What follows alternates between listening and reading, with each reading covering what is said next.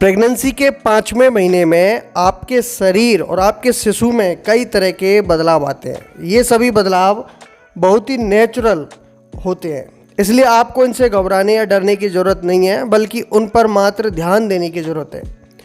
आज मैं आपको बताऊंगा प्रेगनेंसी के 5वें महीने के लक्षणों के बारे में, शिशु के विकास के बारे में, आपको क्या आहार लेना चाहिए, किन चीज़ों से परहेज करना चाहिए और कुछ सावधानियों के बारे में आज मैं चर्चा करूंगा। दोस्तों, आ जाते हैं सीधा पहले टॉपिक पर, 5वें महीने के लक्षण जो आपके शरीर पर दिखते हैं। तो सबसे पहला लक्षण होता है कमजोरी। दोस्तों, प्रेगनेंसी के 5वें महीने में कमजोरी और थकावट महसूस करना सामान्य लक्षण है। इस महीने में गर्भ में पल रहे शिशु का आकार और वजन बढ़ता है, जिसकी वजह से आपको कमजोरी और थकान महसूस होती है। कभी कभी आपको चक्कर भी आ सकता है, लेकिन आपको इन सब से घबराने की ज़रूरत नहीं है। ज़्यादा कमजोरी, थकावट या चक्कर आने पर तुरंत अपने डॉक्टर से संपर्क करें। इसके अलावा शरीर में दर्द होना। जी हाँ दोस्तों, जैसा कि मैंने पहले ही कहा कि इस महीने में शिशु का आकार और वजन बढ़ता है, इसलिए आपके पीठ के निचले हिस्से में दर्द होना कॉमन बात है। साथ ही प्रेगनेंसी के दौरान गैस और कब्ज की भी शिकायत रहती है, जिसकी वजह से आपको सिर में भी दर्द हो सकता है। इसके अलावा सांस लेने में तकलीफ होना। जी हाँ दोस्तों, प्रेगनेंसी के 5वें महीने में प्रोजेस्टेरोन हार्मोन का उत्पादन और आपके शरीर का वजन बढ़ता है, जिसकी वजह से आपको सांस लेने में दिक्कत आती है। सांस लेने में ज़्यादा परेशानी होने पर तुरंत अपने डॉक्टर से मिलें और उनकी राय लें। इसके अलावा आपकी योनि से सफ़ेद पानी भी निकल सकता है, जिसे ल्यूकोरिया के नाम से जाना जाता है। इसके अलावा होता है याददाश्त कमज़ोर होना। जी हाँ दोस्तों, प्रेगनेंसी के दौरान आपके शरीर में कई तरह के हार्मोनल बदलाव होते हैं, जिनका प्रभाव आपके दिमाग पर पड़ता है। ऐसी स्थिति में आप चीज़ों को भूल सकती हैं, या फिर यूँ कहें कि किसी भी चीज़ को याद रखने में आपको थोड़ी परेशानी हो सकती है। शिशु के पोषण के लिए आपके शरीर में ज़्यादा मात्रा में खून का निर्माण होता है, जिसके कारण आपके पैरों और सूजन में भी दर्द हो सकता है। इसके अलावा नाखून कमज़ोर होना। दोस्तों, प्रेगनेंसी के 20वें सप्ताह यानी 5वें महीने में नाखूनों पर गलत प्रभाव पड़ता है, जिसकी वजह से ये कमज़ोर होकर जल्दी टूटने लगते हैं। लेकिन कुछ मामलों में प्रेगनेंसी के दौरान नाखून मजबूत भी हो जाते हैं, और ऐसा ज़्यादातर प्रेगनेंसी के 21वें सप्ताह यानी 5वें महीने में शुरू होता है। इसलिए इस दौरान आपको अपने खान पान पर खास ध्यान देना चाहिए। इसके अलावा मसूड़ों से खून निकलना। प्रेगनेंसी के 18 से 20 सप्ताह के दौरान शरीर में हार्मोनल बदलाव होने के कारण आपके मसूड़ों से खून आ सकता है। यह प्रेगनेंसी के सामान्य लक्षणों में से एक होता है, इसलिए आपको इससे डरने या घबराने की ज़रूरत नहीं है। कुछ समय के बाद यह अपने आप ही ठीक हो जाता है, लेकिन अगर यह ज़्यादा दिनों तक रुक जाए तो तुरंत डॉक्टर से मिलकर इसकी जांच करवानी चाहिए। इसके अलावा पीठ में दर्द होना। दोस्तों, प्रेगनेंसी के 18वें सप्ताह में शिशु का आकार बढ़ने लगता है, जिसके कारण आपको पीठ के निचले हिस्से में दर्द की शिकायत हो सकती है। ज़्यादातर मामलों में महिलाएं प्रेगनेंसी की पूरी प्रक्रिया के दौरान पीठ दर्द से परेशान रहती हैं। अगर आपके पीठ का दर्द लंबे समय तक रहता है या फिर काफ़ी तेज होता है, तो डॉक्टर से मिलकर इस बारे में ज़रूर बात करें। इसके अलावा योनि से सफ़ेद स्राव निकलना। 5वें महीने बहुत ही खास होता है, क्योंकि इस दौरान पेट में पल रहा शिशु कई तरह से बदलाव आते हैं। इस दौरान शिशु का शारीरिक विकास बहुत तेज़ी से होता है। आपके शरीर में कई तरह के हार्मोनल बदलाव आते हैं, और इसी दौरान 5वें महीने में आपकी योनि में सफ़ेद स्राव भी आता है, जिसे हम ल्यूकोरिया के नाम से जानते हैं, और यह प्रेगनेंसी के आम लक्षणों में से एक लक्षण होता है। इसके अलावा होता है पैरों में सूजन और दर्द होना। प्रेगनेंसी के 5वें महीने के दौरान पेट में पल रहे शिशु का आकार और वजन बढ़ता है, जिसके कारण शिशु को ज़्यादा पोषक तत्वों की ज़रूरत पड़ती है। ऐसे में शरीर में खून का उत्पादन होता है, और जो पैरों की नसें वो ब्लॉक तक हो जाती हैं। नसें ब्लॉक होने की वजह से खून जो है पैरों से दिल तक नहीं पहुंच पाता है, और आपके जो पैरों में सूजन और दर्द की समस्याएं आती हैं। प्रेगनेंसी के 5वें महीने में ये सामान्य लक्षण होता है, लेकिन पैरों में ज़्यादा सूजन और दर्द होने पर तुरंत डॉक्टर से इस बारे में संपर्क जरूर करना चाहिए। 5वें महीने में नाक से खून निकलना। दोस्तों, शरीर में ब्लड सर्कुलेशन तेज होने के कारण यह समस्या सामने आती है। यह भी बाकी दूसरे लक्षणों की तरह होती है, लेकिन अगर आपके नाक से ज़्यादा ब्लीडिंग हो तो आपको डॉक्टर से इस बारे में मिलना चाहिए। इसके अलावा अब जान लेते हैं 5वें महीने में शिशु का विकास कैसे कैसे होता है, शिशु का जो आकार होता है। देखिए, प्रेगनेंसी के 5वें महीने में शिशु का विकास बहुत तेज़ी से होता है। इस दौरान उसकी जो लंबाई है 6 से 7 इंच और उसका जो वजन है 200 से 400 ग्राम तक हो सकता है। शिशु का विकास और उसका स्वास्थ्य आपकी जीवन शैली और खान पान पर भी निर्भर करता है, इसलिए आपको अपने खान पान पर खास ध्यान देना चाहिए। मैं आपको प्रेगनेंसी के दौरान कुछ और जो बदलाव होते हैं शिशु के अंदर वो आपको बता रहा हूँ।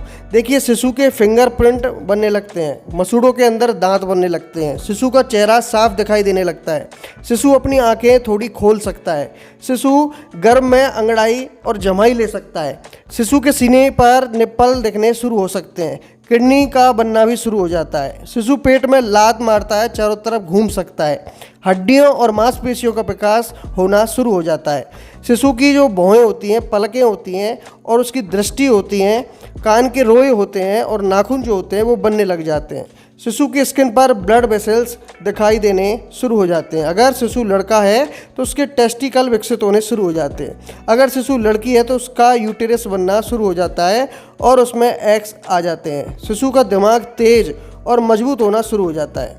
दोस्तों, हमने जान लिया कि शिशु के विकास के बारे में, शिशु किस तरीके से विकास करता है, उसका आकार कैसा होता है। अब हम जान लेते हैं कि जो महिला के अंदर क्या क्या बदलाव आते हैं। देखिए, 5वें महीने में बेबी बम्प अच्छी तरह से दिखाई देना शुरू हो जाता है और इस सिचुएशन में आपको बहुत ही सावधान रहने की ज़रूरत होती है। इस दौरान बच्चे के आकार और आपके शरीर में कई तरह के बदलाव होते हैं जो कॉमन होते हैं, लेकिन बदलाव होने के कारण अगर आप अपने शरीर में किसी भी तरह की कोई परेशानी महसूस करें तो तुरंत स्त्री रोग विशेषज्ञ से मिलें। मैं आपको प्रेगनेंसी के दौरान कुछ कॉमन बदलाव के बारे में बता रहा हूं, जैसे कि यूटेरस का आकार बढ़ना।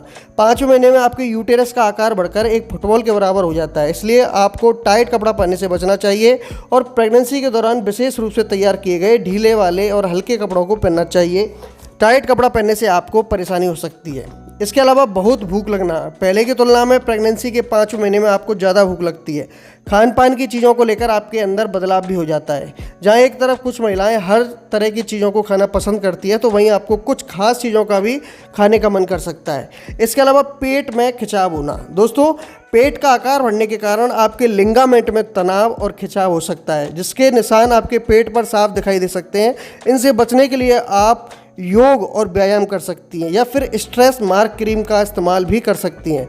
ज़्यादा खिंचाव होने या इसके कारण किसी दूसरी तरह की किसी भी परेशानी होने पर डॉक्टर से इस बारे में ज़रूर संपर्क करें। इसके अलावा होता है हाथ गर्म होना। प्रेगनेंसी के दौरान आपको कमजोरी होती है जिसके कारण आपके शरीर में खून की कमी हो जाती है। ऐसा होने के कारण आप अपनी हथेलियों में गर्माहट महसूस कर सकते हैं। हथेलियां गर्म होने के साथ साथ इन पर लाल लकीरें भी उभर कर आ सकती हैं। ये बदलाव आना एक कॉमन बात होती है, लेकिन इनकी वजह से आपको कोई परेशानी या तकलीफ हो तो डॉक्टर से इस बारे में ज़रूर मिलें। वो आपको कुछ ऐसी दवाइयाँ दे सकते हैं जिससे आपके शरीर में खून की पूर्ति हो जाएगी और ये समस्याएँ ख़त्म हो जाएंगी। इसके अलावा बालों में बदलाव होना। देखिए, प्रेगनेंसी के 5वें महीने में शरीर में हार्मोनल बदलाव होने के कारण आपके बाल मोटे हो सकते हैं और इनका झड़ना भी कम हो सकता है। अब दोस्तों, हम जान लेते हैं प्रेगनेंसी के 5वें महीने में क्या आहार आपको लेना चाहिए। हमने सारे टॉपिक कवर कर लिए हैं, अब आहार के बारे में रह गया, इसके बारे में अब थोड़ा चर्चा कर लेते हैं। देखिए, प्रेगनेंसी के दौरान और खासकर 5वें महीने आपको अपनी लाइफ स्टाइल और खान पान पर विशेष ध्यान देना चाहिए, क्योंकि इस दौरान आपके शरीर में काफ़ी तरह के बदलाव होते हैं और आपके गर्भ में पल रहे शिशु का विकास भी इस महीने में काफ़ी तेज़ी से होता है।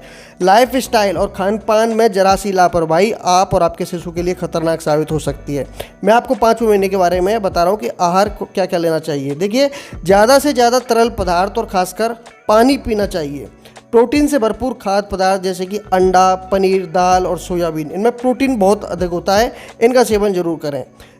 गाजर, खीरा, टमाटर, इनकी सलाद लें, इनको ज़्यादा से ज़्यादा खाएं। साबुत अनाज जैसे कि ओट्स, कॉर्न, चावल, गेहूँ, इनका सेवन जरूर करें। फल जैसे कि सेब, केला, संतरा, कीवी, इनका सेवन करें। सबसे खास, किसी भी तरह की समस्या होने पर खुद ही इसका इलाज करने या ढूंढने के बजाय स्त्री रोग विशेषज्ञ से मिलें और उन्हें अपनी परेशानी के बारे में बताएं। दोस्तों, आपको किन चीज़ों से परहेज करना है? देखिए, सच तो यह है कि आपको प्रेगनेंसी की पूरी प्रक्रिया के दौरान अपने खान पान पर ध्यान देना चाहिए। डॉक्टर का यह मानना है कि आपको प्रेगनेंसी के 5वें महीने में अपनी लाइफ स्टाइल और खान पान पर थोड़ा ज़्यादा और खास ध्यान देना चाहिए। देखिए, मैं आपको पहले खाने पीने की चीज़ों के बारे में बता चुका हूँ, अब मैं उन चीज़ों के बारे में बता रहा हूँ जिनसे आपको परहेज करना है। शराब और सिगरेट, इनसे दूर रहना है। कच्चा अंडा, कच्चा मांस, इनसे बचना है। जंक फूड बिल्कुल नहीं खाना है। कैफ़ीन का सेवन नहीं करना है। कोल्ड ड्रिंक्स का सेवन नहीं करना है। अनार नहीं खाना है। अनानास नहीं खाना है। कच्चा पपीता नहीं खाना है। रेसेस का ख्याल रखना है। जहाँ भी आपके खुजली हो, पेट पर रेसेस आ रहे हो, उस नखूनों से नहीं खुजाएं। कोई गीला कपड़ा वगैरह लेके उन चीज़ों, मतलब जहाँ भी आपको खुजली हो रही है वहाँ गीला कपड़ा इस्तेमाल करें। बाईं तरफ करवट लेकर बिल्कुल ना सोएं। लंबे समय तक बैठने या खड़े रहने से बचें। देखिए, आपको जो चीज़ें मैंने बताई हैं उनसे दूर रहना तथा इनके सेवन से बचना बहुत ज़रूरी है। इनके अंदर वो सभी अवगुण मौजूद रहते हैं जो आपके गर्भपात का कारण बन सकते हैं। किसी भी तरह के नशे से दूर रहें। प्रेगनेंसी की इस अवस्था में आप जिस चीज़ का सेवन करती हैं वो अंततः आपके शिशु पर उसका असर पड़ता है। इसलिए हानिकारक चीज़ों से परहेज करें और फायदेमंद चीज़ों को ज़्यादा से ज़्यादा सेवन करें। अब प्रेगनेंसी के 5वें महीने में थोड़ा सा व्यायाम बता देते हैं आपको।